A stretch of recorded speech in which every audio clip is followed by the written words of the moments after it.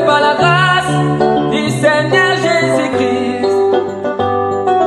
Si je suis disciple aujourd'hui, c'est par la grâce du Seigneur Jésus-Christ. Si je suis étudiant du GIC, c'est par la grâce du Seigneur Jésus-Christ.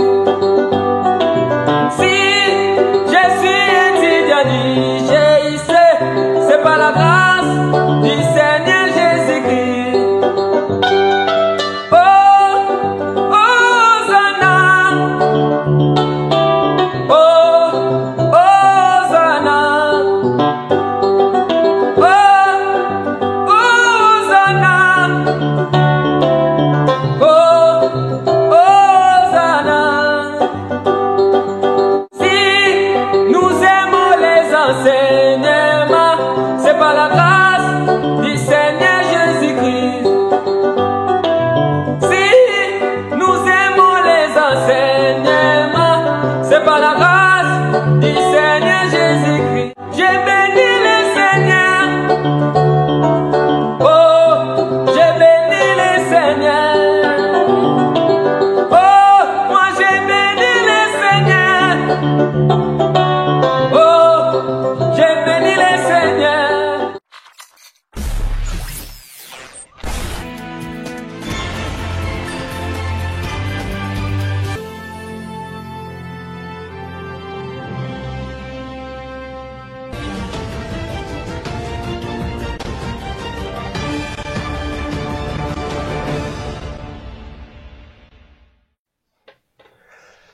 Bonjour mes frères et sœurs, bienvenue parmi nous encore pour cette émission Jeunesse. Bonjour mon frère Eloge, Bonjour frère Logan, j'espère que tu te portes bien. ça va bien par la grâce du Seigneur, ça va. Le Donc Seigneur, nous... il nous donne Amen. la force. Amen. Amen. Amen. Donc aujourd'hui on se retrouve encore pour une vidéo, l'émission Jeunesse comme tous les vendredis. Donc cette émission consiste à la suite de l'émission précédente que nous avons fait il y a 3 semaines et de cela sur comment doit se comporter un chrétien en fait. Et là c'est un peu la suite des questions que nous avons reçues par rapport à ce thème-là. Mais avant de commencer sur ce thème, nous allons quand même remettre cette émission entre les mains du Seigneur Jésus-Christ, qu'il puisse prendre le contrôle de cette émission et que les esprits puissent être ouverts. Donc prions au nom de Jésus-Christ pour remettre cette émission entre les mains. Seigneur Jésus, nous mettons ton nom et nous venons entre tes mains, nous remettons, Seigneur Jésus, cette émission. Nous remettons, Seigneur Jésus, tous tes enfants entre tes mains. Que tu puisses diriger cette émission, Seigneur Jésus-Christ. Que tu puisses diriger nos paroles, Seigneur Jésus, en ce soir. Que tu puisses venir, Seigneur Jésus, nous diriger. Que tu puisses nous remplir de l'Esprit Saint. Toi, le Dieu fidèle et bon, Seigneur Jésus-Christ. Viens ouvrir les esprits, viens ouvrir les cœurs, Seigneur Jésus-Christ. Que tu puisses encore nous donner la connaissance, nous donner la sagesse et le discernement de comprendre ta parole, Seigneur Jésus-Christ. Merci encore, Seigneur Jésus, encore pour ce moment que tu nous accordes. Merci pour ton peuple. Merci pour les frères et sœurs, Seigneur. Louange à toi, Seigneur. Nous remettons toutes choses entre tes mains ce soir, Seigneur. Que tu puisses nous diriger, viens te manifester en ce soir, Seigneur. Au nom de Jésus. Nous laisser, au Amen. Père, conduire par la sensibilité de ton esprit au nom de Jésus. Que la gloire te revienne. Amen. Amen. Amen, amen. Donc déjà, je salue la famille GEC, que je ne les ai pas salués au début. Je salue toute la famille GEC, tous les étudiants du GIC, les prédicateurs, le frère Armando, le frère Franco, le frère Bienvenu, toutes les sœurs, tous les frères, les intercesseurs. Donc je salue tout le monde. Donc on va pouvoir bien commencer maintenant cette émission sur l'émission du coup sur le comportement, quel comportement doit avoir le chrétien. Donc on va commencer par les questions. La question 1 qui nous est dit: un chrétien, pour éviter de s'exposer au péché, doit-il couper tout contact avec sa famille? Frère Eloge, que penses-tu de cette question? Merci, frère Logan.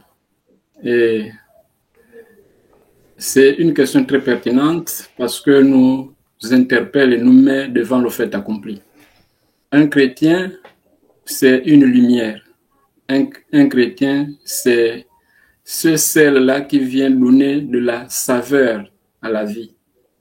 Quand Dieu te choisit dans ta famille et permet que tu sois son ouvrier, que tu sois son serviteur, c'est parce que Dieu veut t'utiliser comme un canal par qui il va gagner des vies.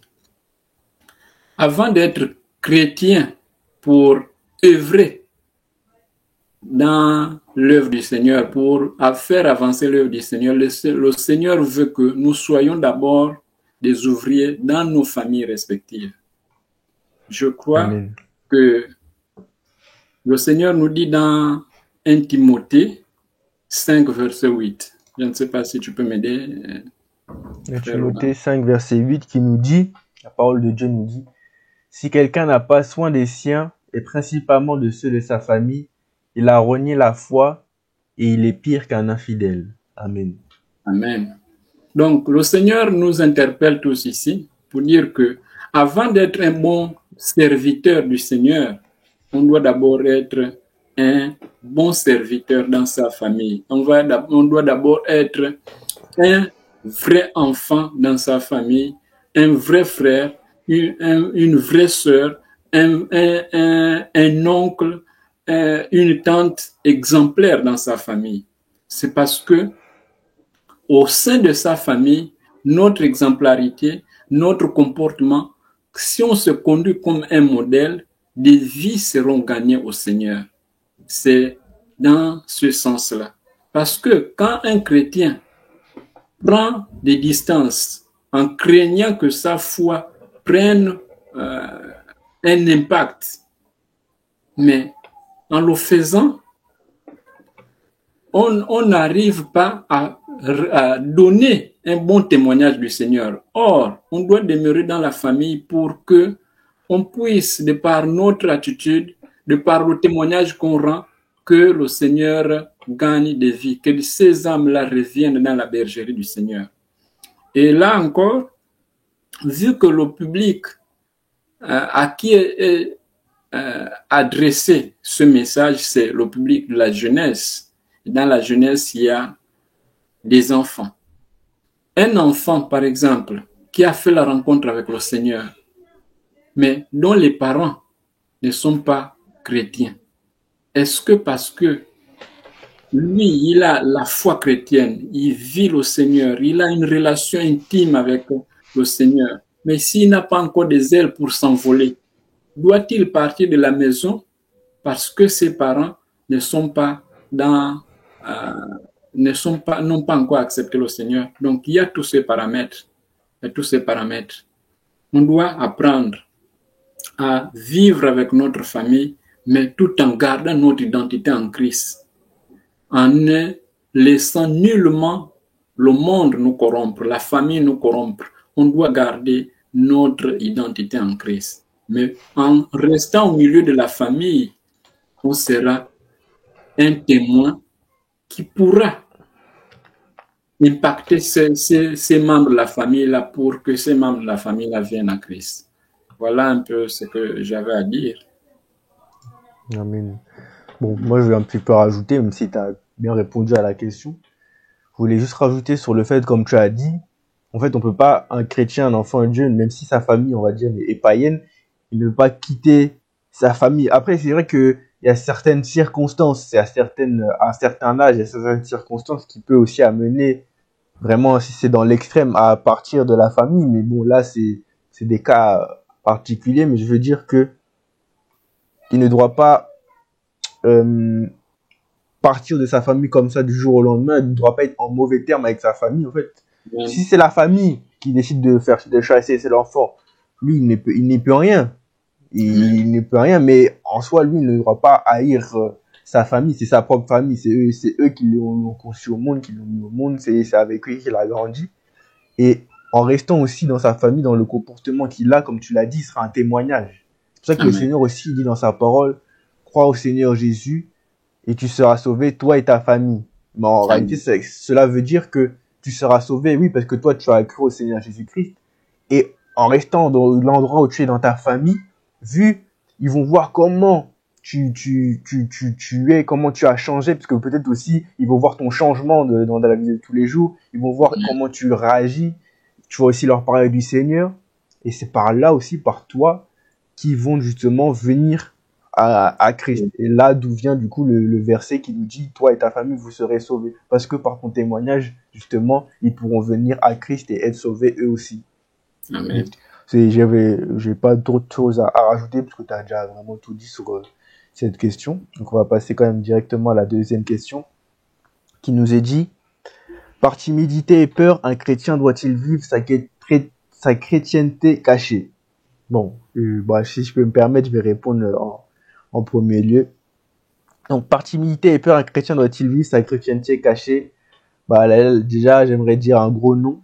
Un gros non. Un chrétien ne peut pas vivre caché par peur et par timidité. Car déjà, on va prendre un verset dès le début qui nous est dit dans 1 Timothée 1:7. Qui peut nous lire, frère? Tu veux nous aider? Timothée 1:7. 1 Timothée 1:7.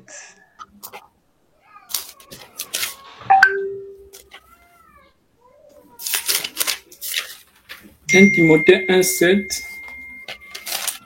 La parole du Seigneur dit,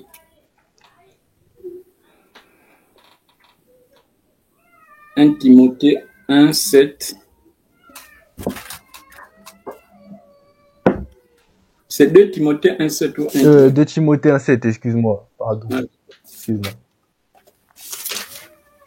1 Timothée 2:7. 2 Timothée 1:7, la parole du Seigneur dit, car ce n'est pas un esprit de timidité que Dieu nous a donné. Au contraire, son esprit nous remplit de force, d'amour et de sagesse. Amen. Amen. Donc là, on voit bien dans ce verset-là, le Seigneur nous dit bien, ce n'est pas un esprit de timidité qu'il nous a donné, c'est un esprit de force, d'amour et de douceur. Donc, Amen. Un chrétien ne peut pas avoir cette timidité. Je peux comprendre, au début, quand on vient d'accepter le Seigneur, moi ça a été mon cas, et je pense que ça a été le cas de beaucoup de personnes, on ne peut pas avoir cette timidité parce qu'on ne sait pas comment les gens vont réagir, parce qu'on vient d'accepter le Seigneur, on ne sait pas comment aller vers les gens, on ne sait pas comment s'y prendre. Ça, je conçois, c'est tout à fait normal, nous sommes des hommes, nous sommes humains, le début, il y a un début à tout. Mais, ce que je veux dire, on peut pas non plus, on ne peut pas garder cette timidité, justement, le Seigneur, il est là pour faire un changement en nous. Donc, si on avait cette timidité, on est timide, le Seigneur, justement, il est là pour changer cette timidité. Mais si ça fait des années que vous êtes dans le Seigneur et rien n'a changé, ce n'est pas normal. Il y a quelque chose qui ne va pas. Parce que justement, le Seigneur, il est là pour faire ce changement-là. Et surtout, le fait d'avoir la timidité et la peur, on ne peut pas avoir cette timidité-là, comme le verset l'a dit, car nous avons un esprit de force. Amen. Donc, nous devons assumer que nous sommes des chrétiens, nous ne devons pas avoir honte du Seigneur Jésus-Christ. Nous devons être avec lui, nous devons vraiment affirmer notre personnalité, notre identité, car c'est la réelle identité que nous avons. L'identité que nous avons, ce n'est pas d'être congolais, français, Martin. Non, c'est pas ça. Notre vraie identité, c'est enfant de Dieu, c'est enfant de Christ. C'est ça notre vraie identité. Disciple du Seigneur Jésus-Christ. C'est de là où on vient. En réalité, on vient pas terre à terre, on vient, oui, on est né en France, etc. Mais en réalité, on vient d'en haut. Amen. Les enfants de Dieu viennent d'en haut. Et c'est ça que nous devons affirmer. Nous ne devons pas être timides. Car quand vous voyez un étranger, il n'est pas timide de sa nationalité, il n'est pas timide de son identité. Et nous, c'est la même chose en tant que chrétiens. Nous ne devons pas avoir honte de cette identité-là. Et en ce qui concerne la peur aussi, le Seigneur, la peur, ça ne vient pas de Dieu. Amen. Déjà, pour vous dire, directement, la peur, ça ne vient pas de Dieu, mais cela vient de l'adversaire. Il va utiliser justement cette peur-là pour vous faire reculer, pour vous isoler, vous empêcher d'aller annoncer la parole. Or que, dans la parole, Jésus nous dit, le Seigneur, notre Dieu nous dit que ne crains pas car je suis avec toi. Et il le dit à plusieurs reprises. Ne crains pas, ne crains pas. Je suis avec toi, il combat pour nous, il est là avec nous. Il est aussi dit, si Dieu est avec nous, qui peut être contre nous, mes frères et sœurs? Personne ne peut être contre nous si Dieu est avec nous. Amen. Et il est tous les jours avec nous. Donc, on n'a pas besoin d'avoir peur. Même si on peut se dire que c'est peut-être difficile d'aller dans cet endroit-là, d'aller parler du Seigneur, repensez à ces versets-là, repensez que le Seigneur, il est avec vous, rien ne vous arrivera. Rien ne vous arriver parce que le Seigneur, il est avec vous, il est à votre côté. Il n'est pas avec les personnes en face, il est avec vous. Amen. Donc, il ne faut pas avoir peur, il ne faut pas avoir cette timidité, mais assumer.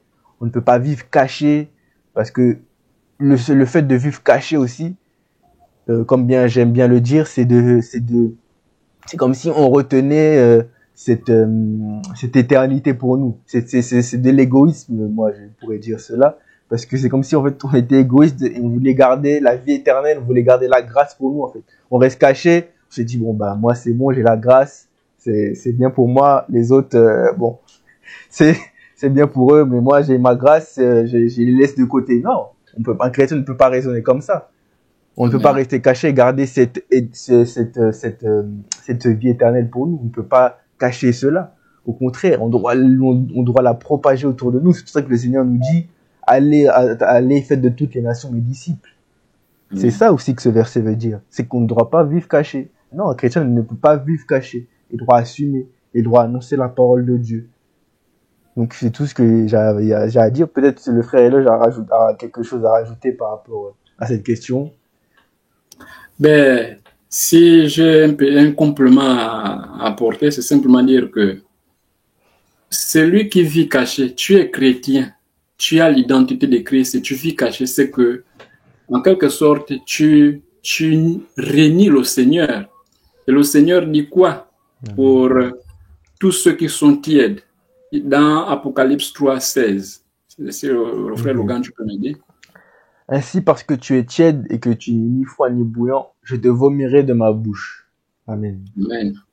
Donc, parce que quand tu es tiède, c'est que tu renies le Seigneur, tu as honte du Seigneur, le Seigneur aussi, à son tour, aura honte de toi, comme tu as su le dire, frère. Et c'est une preuve d'égoïsme ici. Or, le Seigneur veut que nous puissions être charitables. Un chrétien doit être charitable. Un chrétien doit cultiver l'amour. Et l'amour, c'est le partage. L'amour, ce n'est pas garder cette richesse-là que tu as reçue du Seigneur, mais de partager cette richesse-là afin que tout le monde soit béni, tout le monde ait en abondance cette richesse-là. Donc, et par rapport à la peur, je dirais que un enfant, par exemple, qui vit chez ses parents, les parents ne sont pas chrétiens, les parents sont musulmans, par exemple, il est chrétien. Il a rencontré le Seigneur. Il peut avoir la peur de témoigner dans la maison Jésus simplement parce que il craint la réaction des parents. Et vu que la Bible dit enfants honorés dans Éphésiens 6:3, enfants honorés à vos parents, selon le Seigneur. Mais si un enfant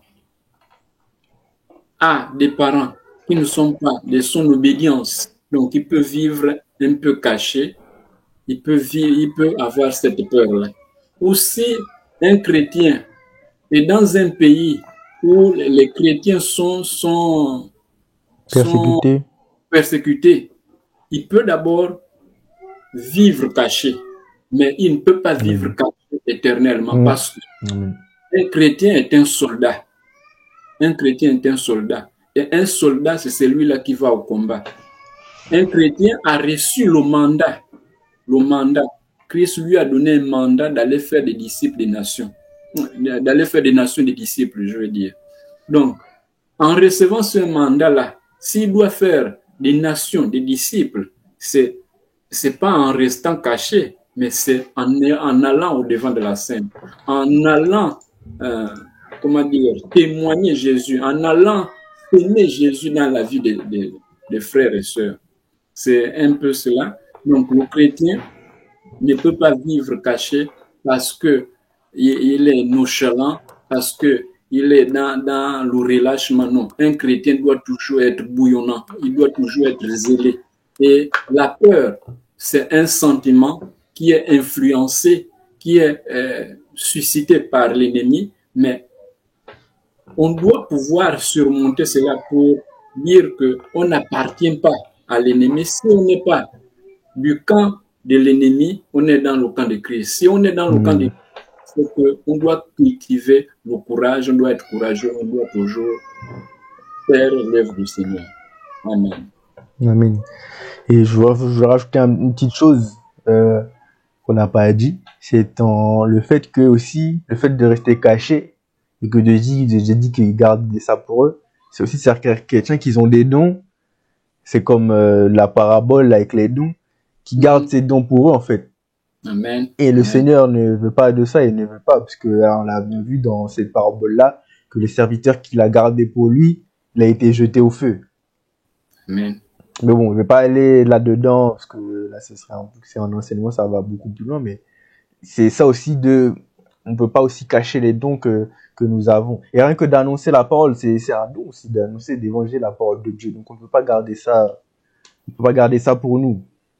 Tout à fait. Pour aller dans ce sens-là, qu'est-ce que le Seigneur a fait? C'est celui qui avait 5 talents et qui a fructifié ces 5 talents-là. Quand le Seigneur est arrivé, il a pris le talent qui était chez celui qui a conservé ce talent-là et qui n'a pas voulu multiplier ce talent-là.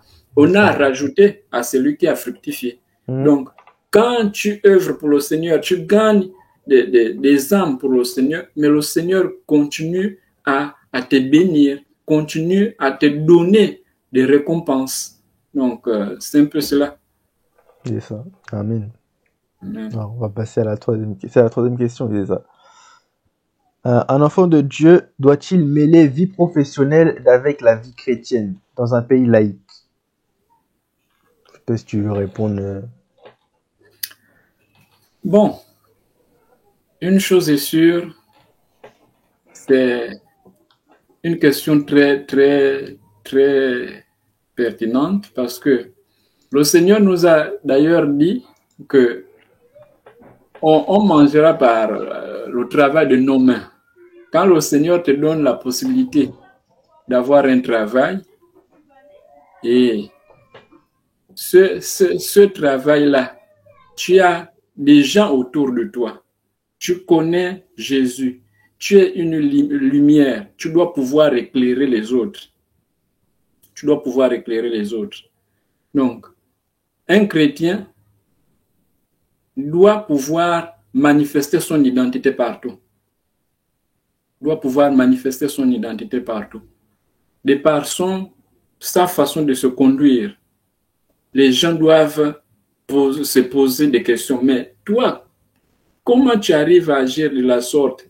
C'est quoi le secret? Et en disant que ton secret, c'est Jésus, les gens vont chercher à t'imiter, à te ressembler, mais tu leur donnes la clé qui t'a façonné toi. Donc, le chrétien doit pouvoir mêler ces deux réalités-là. Donc, la vie professionnelle avec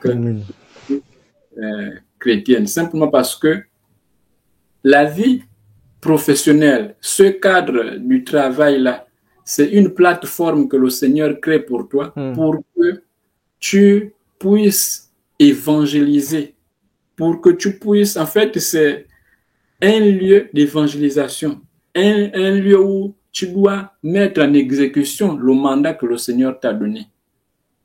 Donc, c'est un peu ce que je peux dire. Amen. Bon, le fait que, en fait, je trouve que ça rejoint un peu la question aussi d'avant, en fait. Le fait qu'il faut assumer, même si tu es au travail, même si, comme on l'a dit, c'est un pays laïque ou pas laïque, faut assumer, dans tous les cas, faut assumer que tu es enfant de Dieu, que tu es chrétien. Donc, que ce soit ton travail à l'école, il faut assumer. Et comme le frère a dit, c'est aussi un lieu que le Seigneur permet que tu puisses aller évangéliser là-bas. Que tu puisses, je ne dis pas d'arriver au travail, de crier sur tous les toits, je suis chrétien, venez, donnez votre vie. Non, je dis pas ça. Mais il faut qu'un minimum, au bout d'un moment, que les gens qui sont au travail, ils sachent que toi, que lui, c'est un enfant de Dieu. Lui, il croit au Seigneur Jésus-Christ. Qui se mettent, bon, du coup, j'aime pas dire de mettre des étiquettes aux gens, mais comme on va dire que les gens aiment beaucoup mettre des étiquettes, eux, justement, faut qu'ils te mettent cette étiquette de là. Il est enfant de Dieu, il est disciple du Seigneur Jésus-Christ. Cette étiquette-là, faut qu'il te mette sur toi, en fait. Faut qu'il le sache, dans un moment. On peut pas, justement, comme la question précédente, rester caché, aller au travail, et juste, on fait notre travail, et après, on repart à la maison, on prie, Mais au travail, on a parlé de personnes parce que, sauf que, à ce travail-là, Dieu, il t'a placé spécialement à ce travail-là pour peut-être une seule personne. Et après, peut-être que tu vas changer de travail. Ça, Amen. on ne sait pas du tout. Dieu, il t'a peut-être, même si peut-être le travail, il te saoule, il est peut-être chiant, mais peut-être que Dieu t'a placé là juste pour parler à une seule personne de lui. Et que cette personne puisse donner sa vie, et après, il va te faire changer de travail. Et il faut savoir que Dieu, il va toujours, pour sa parole, pour sa gloire, il va toujours créer des situations pour que justement tu puisses parler de lui, que des personnes puissent venir à lui. Je ne dis pas Amen. que je ne dis pas que toutes les personnes à qui vous allez parler à votre travail, ils vont venir au Seigneur, mais ils auront entendu au Amen. moins la parole de Dieu. Et Amen. on peut répondre aussi, comme on sait qu'il y a aussi des enfants qui peuvent regarder, c'est la même chose à l'école. Bon, après là c'est différent parce que si c'est des enfants de 8 ans et tout, bon là c'est pas, ils vont peut-être pas forcément comprendre, mais à l'école, on va dire de 12 ans à 15 ans, etc., de 16 ans, à l'école, vous pouvez aussi assumer d'être chrétien. Vous pouvez parler à vos amis du Seigneur Jésus-Christ. Parce que je me dis que, imaginez demain l'enlèvement. Oui, après, plus tard, après on va pas le détail, mais après il y a le jugement, etc., le jugement dernier et tout. Et au jugement dernier, votre ami, il vous voit là à côté du Seigneur, il s'est dit, mais il va se dire, mais Seigneur, mon ami, là, il était avec moi à l'école, il m'a jamais parlé de toi, donc comment j'ai Amen. pu te connaître?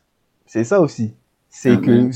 si vous êtes avec cette personne-là et vous avez connu le Seigneur, parlez lui du Seigneur, pour au moins ait entendu le nom du Seigneur Jésus-Christ. Après, c'est lui, entre lui et le Seigneur, si le laisse à l'esprit de convaincre cette personne-là. Mais au moins, Amen. il ne pourra pas dire devant le Seigneur, le jour du jugement, il ne pourra pas dire, eh ben, j'avais cet ami-là, mais il m'a jamais parlé de toi. Je n'ai jamais entendu parler de ton nom. Je n'ai jamais vu qui tu étais. Donc, euh, un chrétien, moi, oui, peut mêler ma vie professionnelle. Et en plus, encore, il y a certains travails, le chrétien peut aussi utiliser, il y a certains travails, il peut l'utiliser justement pour Dieu, en fait. Il y a beaucoup de travail où le Seigneur peut mettre pour l'avantage du Seigneur Jésus. Pas tous les travails, bien sûr, mais il y a beaucoup de travail, il peut l'amener pour parler du Seigneur Jésus-Christ. Car comme je sais, par exemple, je sais qu'il y en a, par exemple, dans la médecine, ils vont utiliser ça peut être bizarre que je veux dire, mais c'est pas bizarre, mais ils vont utiliser le Seigneur Jésus-Christ pour soigner leurs patients, ils vont prier pour eux. Amen. Et ça fonctionne. Amen. Donc, voilà. Après, il y a en fait, c'est vrai, cette question, on peut dire beaucoup de choses par rapport à la vie professionnelle et tout. Mais, je sais pas si t'as peut-être un petit truc à rajouter. Oui, juste dire que, en même temps, quand on est chrétien, mêler vie professionnelle et vie chrétienne, il y a certaines choses, il y a des choix aussi à opérer. Quand on est chrétien, il y a certains travaux qu'on ne peut pas faire. Il y a certains travaux qu'on ne peut pas faire parce que le Seigneur nous interdit de pratiquer certains travaux si il n'y a pas la pudeur, par exemple. Donc, un chrétien ne peut pas aller faire un travail où il va aller s'exhiber. Donc, ça là, ça ne coince pas, ça ne cadre pas avec la vie professionnelle. Donc, à ce niveau, on peut dire que la vie chrétienne ne marche pas avec la vie professionnelle. Parce que si ce travail-là t'amène à pratiquer l'impudicité, par exemple, pour ne prendre que l'exemple de la prostitution, ça, c'est un travail qui ne cadre pas avec la vie chrétienne. Donc, c'est un peu ce que j'avais à rajouter. Comme tu as dit, on peut pas faire tout n'importe quel travail. Les boîtes de nuit, les choses comme ça. Vous imaginez, je passe devant une boîte de nuit, je vois le frère. Le frère Loge, il est là, il est vidé. Bizarre. Ça va dire, mais frère Loge. Qu'est-ce que tu fais là? Non. Ouais, en tout cas, voilà. On va passer à la quatrième question. C'est la quatrième question. Oui. Comment doit se comporter le chrétien face au mendiant? Alors, Bon, je vais prendre la main ou bien? ouais, bah, allez, je vais répondre, je vais rajouter après alors. Ok, face au mendiant. Là, il y a deux cas. Vu que l'émission s'adresse à la jeunesse, tu es entre 8 à 15 ans, tu vis chez les parents, toi-même, tu es, comment dire, tu dépends encore des parents, les parents te donnent quelque chose, tu vois quelqu'un à la route, en allant donner pour, pour un mendiant, si le Seigneur te convainc que c'est un véritable mendiant, tu peux aider parce que un chrétien doit cultiver l'amour, un chrétien doit cultiver la charité. Mais si tu n'es pas convaincu, ne le fais pas parce qu'il y a des mendiants qui sont qui le font par escroquerie ou d'autres le font à des fins de pratique. Donc, si quelqu'un est là pour faire la mendicité, mais parce qu'il fait des pratiques, en allant donner ton aide, en allant apporter cette assistance-là, ça peut bloquer ta vie ou la vie des parents qui t'ont donné cet argent-là. Donc, ça peut apporter des blocages dans leurs affaires, dans leurs choses. Donc, ça, c'est un peu par rapport aux plus jeunes. Maintenant, aux jeunes qui sont dans un âge mûr, c'est toujours aller dans le même sens. Hein. Le Seigneur nous a demandé d'aider. Parce que quand on voit un peu dans Marc 10, 46, le Marc Seigneur 10, a aidé. Vas-y, tu peux lire. Oui. Ils arrivèrent à Jéricho, et lorsque Jésus en sortit avec ses disciples et une assez grande foule, le fils de Timée, Bartimée, mendiant aveugle, était assis au bord du chemin. Alors, il entendit que c'était Jésus de Nazareth, et il se mit à crier: Fils de David, Jésus, aie pitié de moi. Plusieurs le reprenaient pour le faire taire, mais il criait beaucoup plus fort: Fils de David, aie pitié de moi. Jésus s'arrêta et dit: Appelez-le. Ils l'appelèrent, l'aveugle, et lui disant: Prends courage, lève-toi, il t'appelle. L'aveugle jeta son manteau et se levant d'un bond fin vers Jésus. Jésus prenant la parole lui dit: Que veux-tu que je fasse? Rabouni lui répondit: L'aveugle, je veux que je recouvre la vue. Et Jésus lui dit: Va, ta foi t'a sauvé. Aussitôt il recouvra la vue et suivit Jésus dans le chemin. Amen. Amen. Donc vous voyez ici que Jésus n'a pas accablé ce mendiant-là qui avait une déficience au niveau de la vue. Donc Jésus là lui a apporté l'aide, l'assistance dont il avait besoin. Si on prend Actes 3, 2 à 4, tu peux m'aider? Je lis tout? Oui. En fait, ici, bon, je vais essayer de résumer l'idée. En fait, c'est l'apôtre Pierre et l'apôtre Jean qui arrivent dans une ville et ils trouvent un mendiant qui était handicapé. Donc, il était là, chaque jour, il venait au temple, devant le temple, et il demandait l'aumône. Et eux, ils sont arrivés, ils ont dit qu'ils lui donnaient tout ce qu'ils avaient. En fait, ils ont juste demandé, ils ont prié pour lui et ils lui ont demandé de partir. Et il a pu recouvrir sa motricité. Donc, il a repris à marcher. Donc, vous voyez que ici, l'aide qu'ils ont apportée aux mendiants, ce n'était pas une aide financière, mais ils ont apporté la guérison à ce mendiant-là. Donc, Amen. Quand on voit un mendiant, on n'est pas obligé forcément de donner de l'argent ou de donner de la nourriture, mais le mendiant peut aussi avoir besoin de la prière. Notre prière peut amener ce mendiant-là à quitter de son état de mendicité, à recouvrir sa vie, il peut trouver du travail parce que tu as prié pour lui, il peut trouver du travail et il se prend à temps plein. Et c'est une âme qui peut, une âme que le Seigneur aura touchée et attirera dans sa présence. Donc, et je vais finir avec Psaume 41, 1 à 2.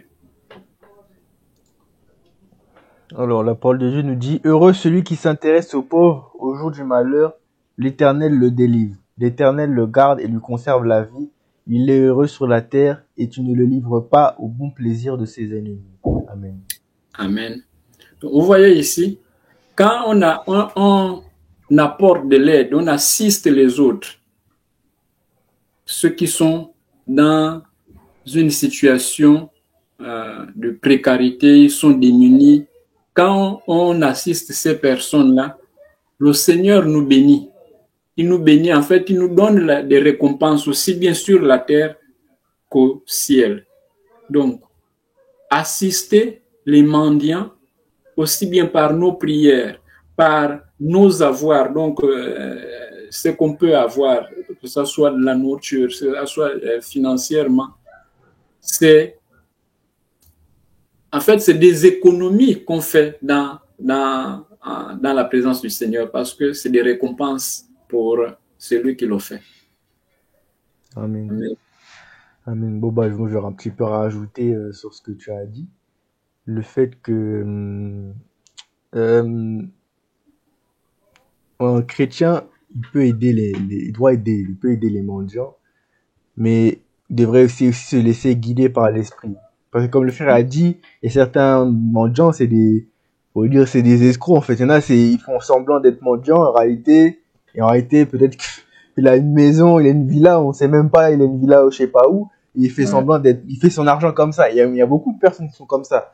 Mais de tous les cas, l'esprit vous guidera de savoir si vous devez donner à cette personne-là, si vous ne pouvez pas, parce qu'il y a des faux. De toute façon, il y a des faux et des vrais partout. Donc ça, on ne peut rien y faire, mais demandez à l'esprit vous guidera.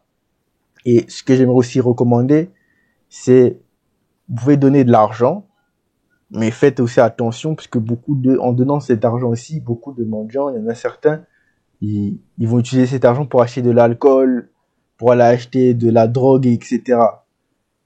Donc, c'est bien aussi moi, je préfère aussi donner quand je donne par exemple à une personne, je préfère donner de la nourriture qu'une personne, je sais qu'elle pourra vivre avec ça, elle pourra se vêtir, elle pourra, etc. En fait, elle pourra utiliser ça. Alors que lui donner l'argent directement, je ne dis pas que ce n'est interdit de donner de l'argent, mais c'est le fait qu'elle peut boire aussi de l'alcool. Mais ce qui est bien, ce que le frère l'a dit, c'est que même en même temps que vous donnez de l'argent, mais en réalité, quand on donne quelque chose à un mendiant, on peut même aussi lui parler du Seigneur, ce n'est pas interdit. On peut parler avec lui, discuter, lui parler du Seigneur Jésus-Christ, et même par là, ça se trouve que avec cette discussion, il va voir que vous êtes différent, puisque va voir votre gentillesse, votre amour, et il peut accepter le Seigneur Jésus-Christ par votre comportement.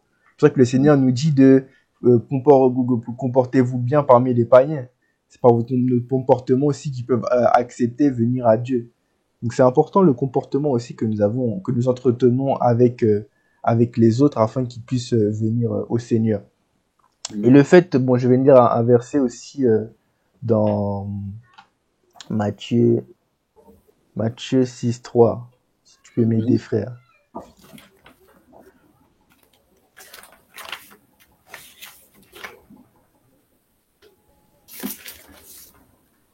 Matthieu 6, verset 3. La parole du Seigneur dit, « Mais quand tu fais l'aumône, que ta main gauche ne sache pas ce que fait ta droite. » Amen. Amen. Ce verset veut tout simplement dire que quand vous faites justement, vous distribuez des choses aux personnes sans abri qui ont besoin d'aide, que votre main gauche ne voie pas ce que votre main droite a fait. Pourquoi? Parce que je sais que je ne dis pas je dis pas les chrétiens, mais je sais que beaucoup de personnes, dans ces temps-là, ils se filment.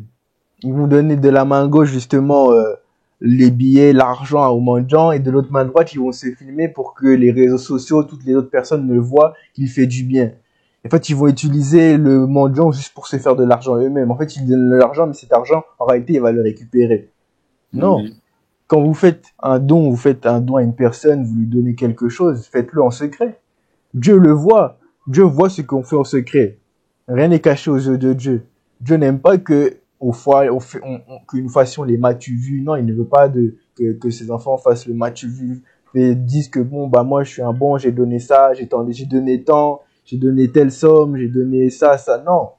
On ne doit pas, en tant qu'enfant de Dieu, nous ne devons pas être comme cela. Non, nous devons donner avec amour, avec sincérité, en toute cachette, en secret. Amen. C'est pour ça que dans 1 Corinthiens 13.3,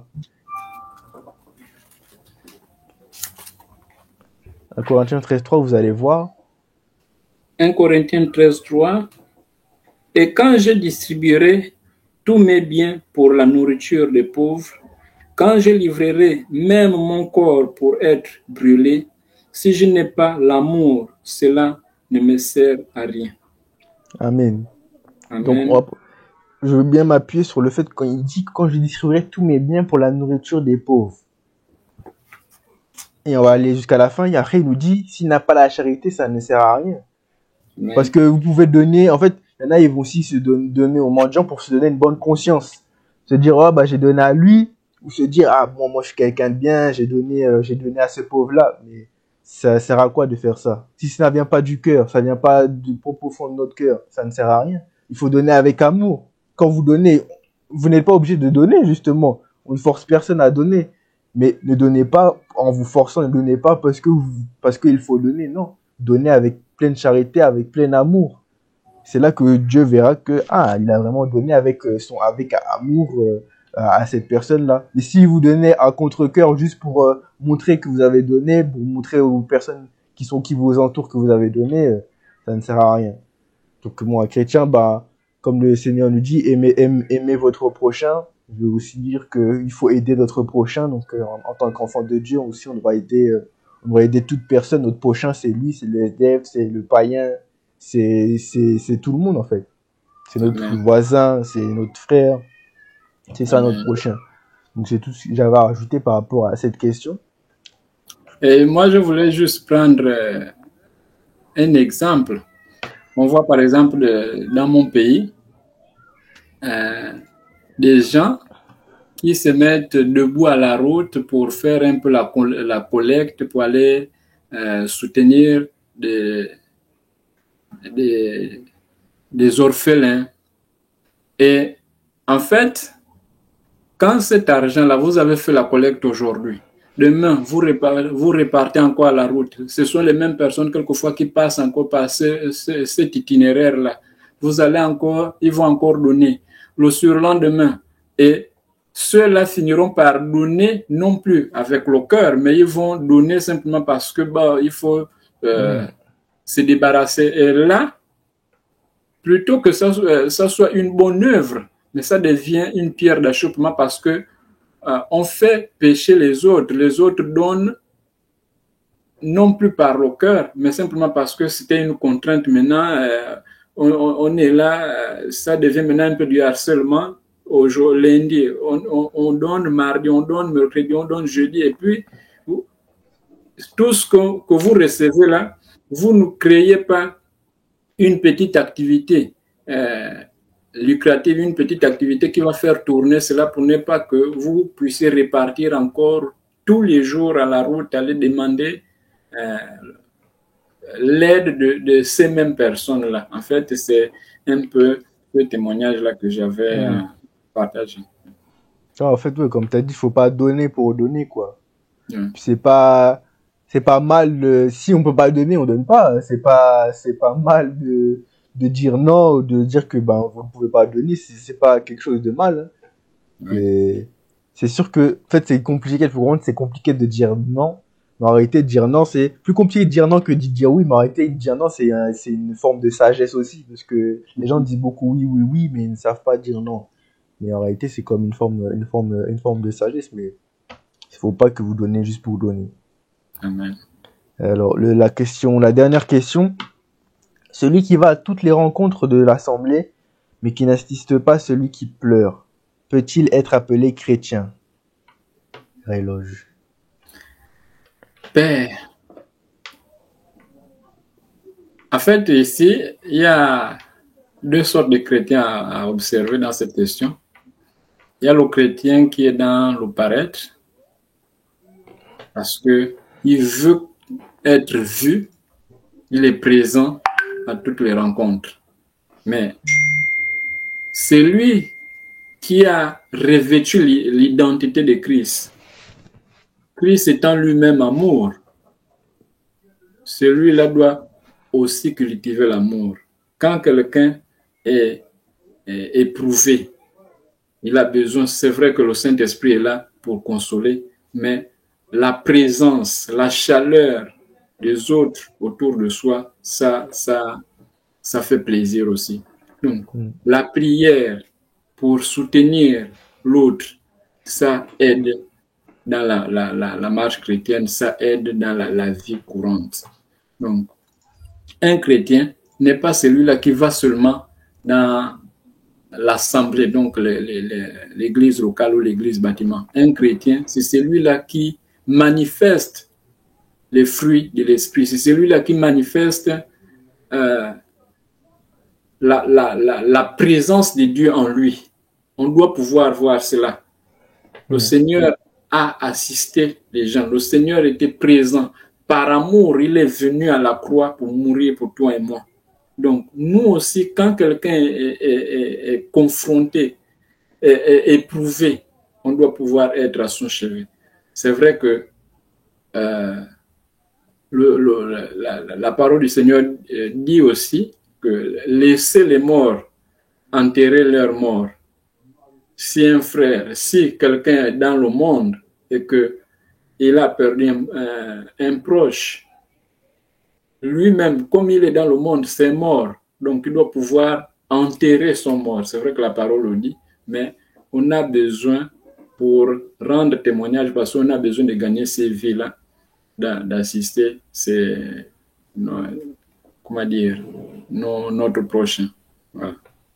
On ne peut pas rajouter beaucoup. On va juste rajouter le verset dans Romains 12-15. Romains 12-15.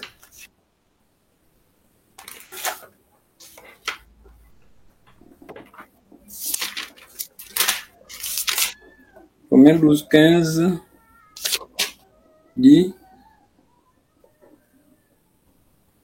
réjouissez-vous avec ceux qui se réjouissent, pleurez avec ceux qui pleurent. Amen. Amen. Ouais, le verset, tout ça, il dit tout. Il dit déjà tout. Hein. Réjouissez-vous avec ceux qui se réjouissent, pleurez avec ceux qui pleurent. Un chrétien, un enfant de Dieu, comme Frère a dit, aimer son prochain, c'est d'être avec lui dans les meilleurs comme dans les pires moments. Quand il a besoin de vous, s'il vous appelle, il a besoin de vous, restez auprès de lui. Mais c'est ça en fait, réjouissez-vous avec ceux qui se réjouissent et pleurez avec ceux qui pleurent. Amen. Et le fait comme a dit, il y a certains chrétiens, ils sont là que pour le paraître. Ils vont montrer une bonne image extérieurement, mais intérieur c'est vide. Intérieurement, ils n'ont pas l'amour. Or que la parole de Dieu nous dit que sans amour, nous sommes comme des cymbales qui résonnent. Nous sommes des vases vides en fait. Sans l'amour, sans la charité, on peut avoir le plus bel extérieur que n'importe qui. On peut avoir les dons, les prophéties, etc. Mais si on n'a pas l'amour en nous, ça sert à rien. Et de fait de pleurer avec ceux qui pleurent, de réconforter ceux qui pleurent, ça fait partie de la charité. Parce que si on n'a pas l'amour, on va pas aller vers les personnes qui pleurent, on va pas essayer de les réconforter, essayer de s'occuper d'eux, non. C'est pour ça que c'est important aussi d'avoir la charité en nous. Demandez au Seigneur Jésus-Christ qu'il vous remplisse de cette charité, de cet amour. On va pas le lire, hein. Vous pouvez lire chez vous 1 Corinthiens chapitre 13, versets 1 à 3. On a lu le verset 3 tout à l'heure. Vous pouvez même aller plus loin que le verset 3. Vous allez voir qu'il va parler du fait que vous pouvez avoir les dons, etc. Mais si vous n'avez pas cette charité-là, vous êtes vide. Amen. La charité, c'est la chose la plus importante, puisque déjà la parole de Dieu, toute la parole de Dieu, ce n'est qu'amour. La preuve, Dieu a donné son Fils unique parce qu'il aimait le monde. Il aimait tant le monde qu'il a donné son fils unique. Il nous a prouvé cet amour-là. Donc comment Dieu, il a cet amour et nous, on peut pas avoir cet amour, en fait. On va avoir cet amour envers tous. Donc, j'ai tout ce qu'à rajouter par rapport à cette question. Je sais peut-être t'as un petit dernier mot peut-être à cette question ou c'est bon. Non, c'est bon, c'est bon. Ok, bon bah, on a fini de répondre à toutes les questions. Merci frère Éloge d'avoir été là, de nous avoir accompagnés, d'avoir répondu à toutes les questions. Merci, frère Rogan. C'était un moment plaisant. Et être dans la présence du Seigneur, Amen. parler de la part du Seigneur, il n'y a pas un privilège autant. Amen. Merci mes frères et sœurs d'avoir accompagné la vidéo, d'avoir suivi cette émission. Donc on le redit, si vous n'avez pas compris vous n'avez pas compris certaines questions, vous voulez d'autres réponses, vous avez peut-être d'autres questions que vous voulez poser, dites-les dans les commentaires de cette vidéo. Vous posez vos questions en dessous de cette vidéo-là par rapport à la jeunesse. Et si vous n'avez pas compris, vous nous le dites et puis peut-être qu'on pourra reprendre certaines personnes en privé ou même peut-être reprendre dans une autre vidéo les questions pour y répondre encore plus en détail. Donc j'espère que vous avez bien apprécié. Donc on se dit à la semaine prochaine. Que Dieu vous bénisse. Et je vous dis ciao. À la prochaine. Ciao frère Éloge. Ciao.